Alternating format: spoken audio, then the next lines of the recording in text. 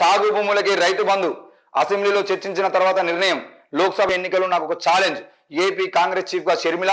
కొత్త జిల్లాల పునర్వ్యవస్థీకరణపై కమిషన్ ఏర్పాటు. రాహుల్ను ప్రధానిగా చూడటమే నా లక్ష్యం. ముఖ్యమంత్రి రేవంత్ రెడ్డి. సాగు భూములకి రైతు బంధు ఇస్తామని అసెంబ్లీలో చర్చించిన తర్వాత దానిపై నిర్ణయం తీసుకుంటామని సీఎం రేవంత్ రెడ్డి స్పష్టం చేశారు. శనివారం ఓ ఛానల్కు ఇచ్చిన ఇంటర్వ్యూలో మాట్లాడిన ఆయన పలు ఆసక్తికర కామెంట్లు చేశారు. నా బంధువుల్లో ఎవరికి ప్రియారిటీ ఉండదు.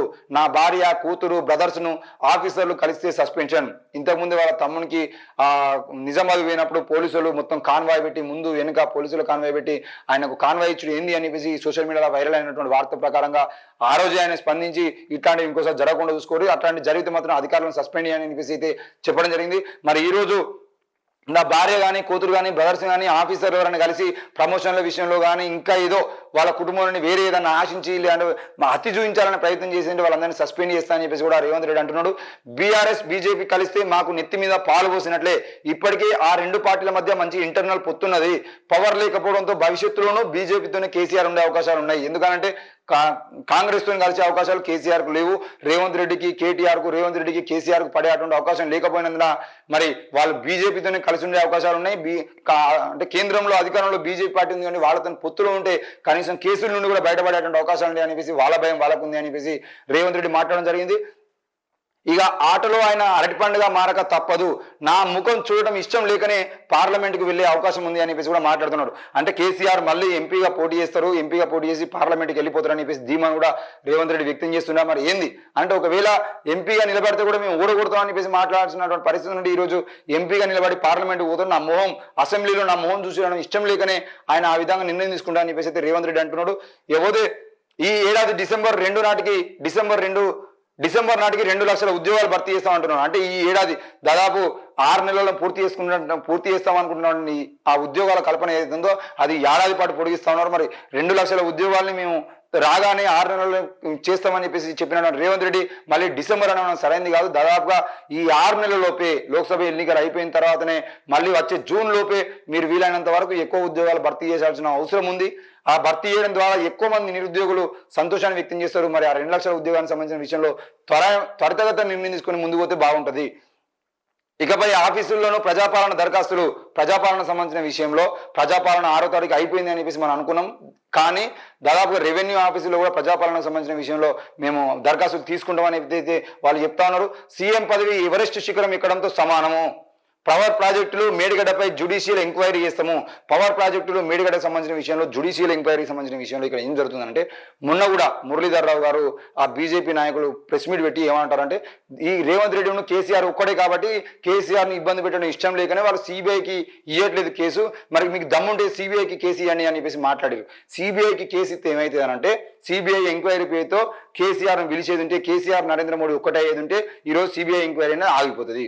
ఈ దేశంలో సిబిఐ ఎంక్వైరీలు ఎన్ని కేసుల మీద సిబిఐ ఎంక్వైరీలు ఉన్నా ఆ కేసులన్నీ ఎందుకు పెండింగ్లో ఉన్నాయనే విషయాన్ని మరి బీజేపీ నాయకులు చెప్తారా అంటే చెప్పరు.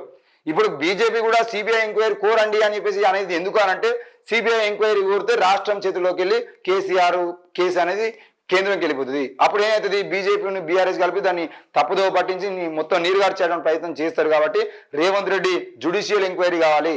ఇక్కడ ఉన్న సిట్టింగ్ జడ్జితో విచారణ చేసి సిట్టింగ్ జడ్జితో ఎంక్వైరీ చేయడం ద్వారా అది ఇక్కడ నుండి నాయకులు అంటే ఈ కేసీఆర్ సంబంధించిన విషయంలో, కేటీఆర్ ఎల్ఎన్టీకి సంబంధించిన విషయంలో ఏ ఎంక్వైరీ చేసినా ఇక్కడ జడ్జీలతో చేపిస్తే వాళ్ళు కేసీఆర్ సీఎం రేవంత్ రెడ్డికి టచ్లో ఉంటారు. కాబట్టి ఆ ఎంక్వైరీ ఎట్లా చేయాలి ఏంది అనే దాంట్లో కూడా వీళ్ళ హస్తం ఉంటుంది. అట్లా కాకుండా సిబిఐకి ఇచ్చేదంటే సిబిఐ డైరెక్ట్ కేంద్రం చేతిలో ఉంటుంది. కేంద్రం ఒక్కసారి సిబిఐకి ఇచ్చినామంటే మళ్ళీ ఇన్వాల్వ్ కావాల్సిన అవసరం ఉండదు. ఒకవేళ ఇన్వాల్వ్ అయితే సిబిఐ చేతిలో ఉన్నటువంటి కేసులో మీరు ఎందుకు ఇన్వాల్వ్ అవుతారని చెప్పేసి కోర్టు కూడా వాళ్ళకి ముట్టుకాయలు వేసేటువంటి అవకాశం ఉంటుంది. కాబట్టి వాళ్ళు అందుకే సిబిఐకి ఇవ్వకుండా తెలంగాణలో ఉన్నటువంటి సిట్టింగ్ జడ్జీలతోనో లేదంటే రిటైర్డ్ జడ్జీలతోనో దాని మీద విచారణ చేసేటువంటి ప్రయత్నం అయితే చేస్తున్నారు. ఇక ప్రతిపక్షం ఫిరాయింపుల గేమ్ స్టార్ట్ చేస్తే నేను చేస్తా, మా ఎమ్మెల్యేలను కొనుగోలు చేసేటువంటి ప్రయత్నం కనుక ప్రతిపక్షం ఉన్నటువంటి బీఆర్ఎస్ పార్టీ కానీ బీజేపీ కనుక చేసేది ఉంటే నేను కూడా స్టార్ట్ చేస్తా. నా రాజకీయం ఎట్లుంటుందో మీరు చూడాల్సిన అవసరం ఉంటుంది. నేను ఇన్ని రోజులు సైలెంట్గా ఉండేది లోక్సభ ఎలక్షన్స్ కోసం మాత్రమే. ఒకవేళ కనుక మీరు అట్లాంటి రాజకీయాన్ని చేసి మా కాంగ్రెస్ ఎమ్మెల్యేలను కొనుగోలు చేసేటువంటి ప్రయత్నం చేస్తా అంటే మాత్రం ఊరుకునేది లేదని చెప్పేసి రేవంత్ రెడ్డి అంటున్నాడు. ఇక ఢిల్లీలోని రిపబ్లిక్ డే వేడుకల్లో తెలంగాణ శకటము. మొత్తానికైతే ప్రజాపాలనకు వచ్చిన దరఖాస్తులు 1,25,84,383 ముగిసిన ప్రోగ్రాం. 18 నుంచి వెరిఫికేషన్, పథకాలకు అర్హుల గుర్తింపు. 18 నుంచి వెరిఫికేషన్ చేసి పథకాల అర్హుల్ని గుర్తిస్తామని చెప్పేసి రేవంత్ రెడ్డి అంటున్నాడు. కానీ ప్రజాపాలన సంబంధించిన విషయంలో 1,25,00,000 వచ్చినాయి. ఇంకో 25 లక్షల నుండి 50 లక్షలు పెండింగ్ లో ఉన్నాయి. అప్లికేషన్ చేసుకున్న వాళ్ళు చాలా మంది ఉన్నారు. కాబట్టి దయచేసి రేవంత్ రెడ్డి ప్రభుత్వం కూడా మరోసారి ఆలోచించి మరో వారం రోజుల పాటు అప్లికేషన్లకి అవకాశం ఇచ్చేది ఉంటే దాదాపు తెలంగాణ రాష్ట్ర వ్యాప్తంగా మరో 25 నుండి 50 లక్షల అప్లికేషన్లు వస్తాయి. కాబట్టి వాళ్ళందరి తీసుకున్న తర్వాత అప్లికేషన్ తీసుకున్న తర్వాతనే మీరు విచారణ వెరిఫికేషన్ మొదలు పెడితే బాగుంటుంది. మరి ఒకేసారి వారం రోజులు ప్రజాపాలన అంటారు, మళ్ళీ ప్రజలకి వారం రోజులు అప్లికేషన్ తీసుకున్నారని చెప్పేసి మెమోరాండం రూపాబుజించే ప్రయత్నం కూడా మీరు చేయొద్దు. మరి ప్రజాపాలన అన్నప్పుడు 10 రోజులనే మొత్తం పూర్తి చేయాలంటే సరైనది కాదు. కాబట్టి కనీసం ఇంకో 10-15 రోజుల పాటు టైం ఇవ్వాల్సిన అవసరం ఉంది.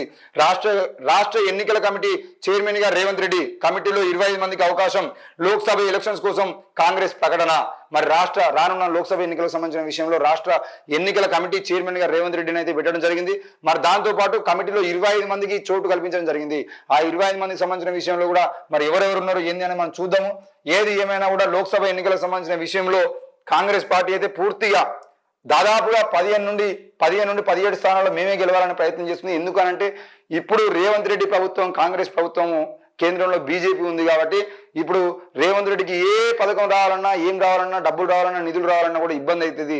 మరి కాంగ్రెస్ పార్టీ కనుక కేంద్రంలో కూడా అధికారంలోకి వస్తే ఆడింది ఆట అవుతుంది. కాబట్టి ఎక్కువ మంది ఎంపీలను గెలిపించుకోవడానికి ప్రయత్నం అటు బీజేపీ చేస్తుంది, ఇటు కాంగ్రెస్ చేస్తుంది. మరి బీజేపీకి తెలంగాణలో ఎమ్మెల్యేలు 8 మంది గెలిచినంత మాత్రాన్ని ఎంపీలు గెలిచేటువంటి అవకాశం లేదని చెప్పేసి మాట్లాడుతూ మరి కాంగ్రెస్ పార్టీ అధికారంలో ఉంది కాబట్టి గెలిపిస్తామని చెప్పేసి అనుకుంటున్నారు.